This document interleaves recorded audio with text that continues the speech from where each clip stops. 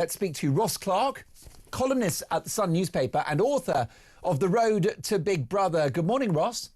Good morning, Mark. Ross, why this policy and why now? I think it's Keir Starmer's way to try to fob off people who have been very critical of his failures over illegal migration.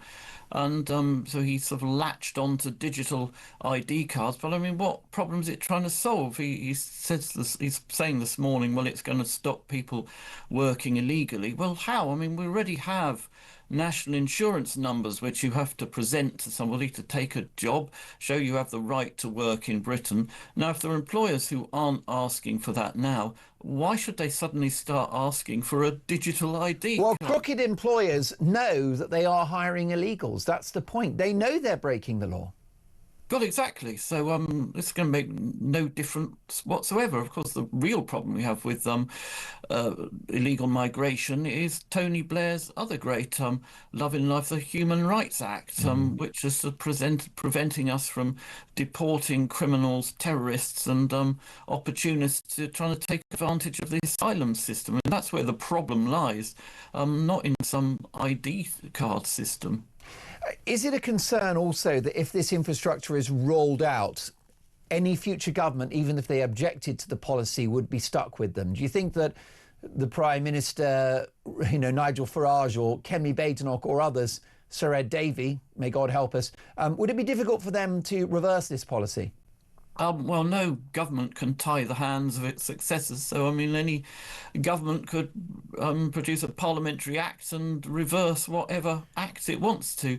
So, no, it doesn't necessarily. But they probably wouldn't, would they? They probably wouldn't at that point. And isn't that the issue? Isn't that why this is an important sort of battle that we have now? Because once the infrastructure's there, you're probably stuck with it. Well, yeah, I mean, it's something we should oppose because it's happening now. Yeah. But yeah, I mean, what problem is it trying to solve? And let's look at some of the implications of digital ID. This would create huge opportunities for commercial organisations to collect data on us. And just look at the way the electoral roll is sold off to commercial interests.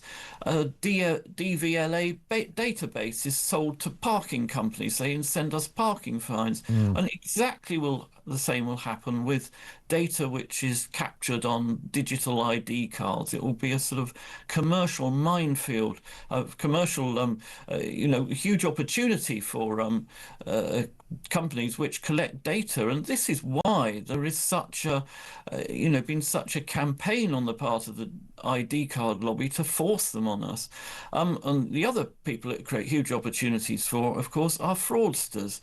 Digital ID will create a one-stop shop for stealing our identity, something which is, more and more difficult at the moment because you have to collect information from different places. In future, you get hold of somebody's phone, you access their digital ID, and you will be able to pose as them.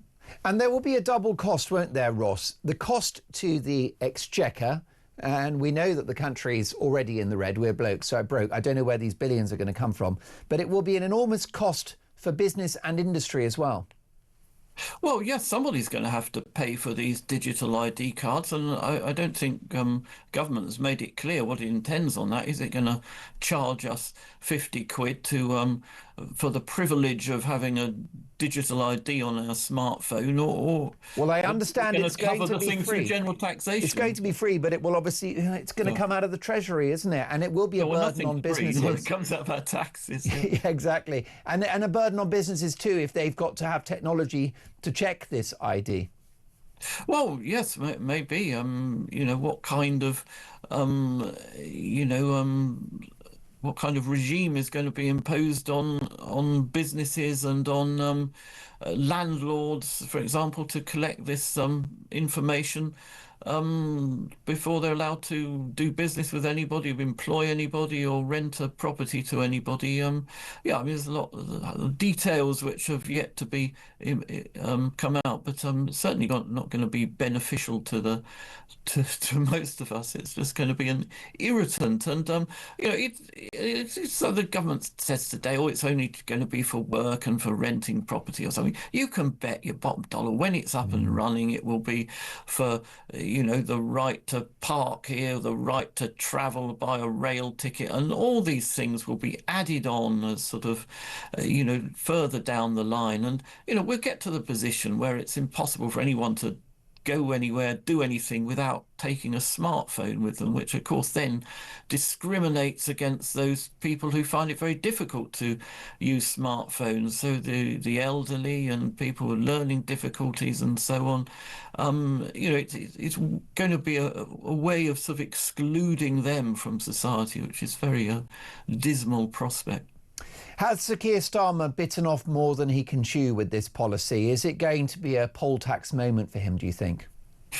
The polls at the moment suggest there's sort of quite a lot of support for it, but I think the more the implications become clear, the less support there will be. And it's interesting why he suddenly warmed to the idea of digital ID cards, given his government till a few months ago was rejecting the idea, and then suddenly he's all for it. And it's interesting, 2 days ago the Tony Blair Institute for Global Change produced a big paper on this, recommending the case for digital ID cards, and 2 days later they suddenly become a fact of life. It's very peculiar. Is Tony Blair pulling the strings of Keir Starmer's government? I don't know. You wrote a fascinating book which actually sold very well, The Road to Big Brother. So you've actually forewarned about this issue, a surveillance society.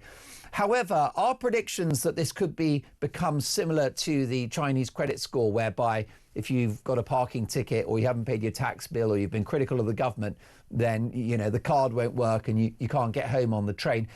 Is that an exaggeration? Is that wide of the mark? Is that a conspiracy theory?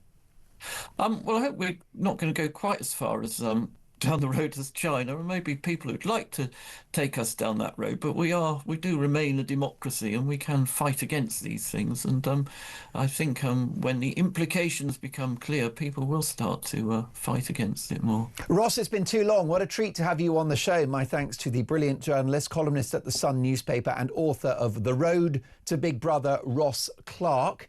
We've got a voice note from Josh on digital ID. Over to you, Josh.